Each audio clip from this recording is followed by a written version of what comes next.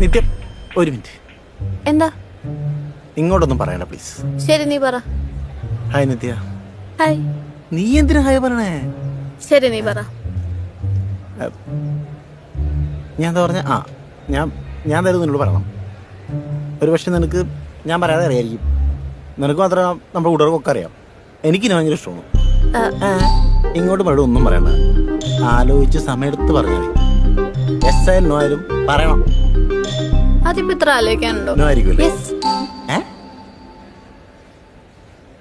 Ravi, yes.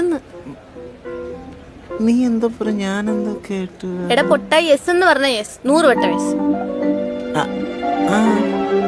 അങ്ങനെയാണോ? ശരിയാണ്. ഇതല്ല പറയണ്ടത്. വേറെ അല്ല പറയണ്ട. ഞാൻ 10 നാള്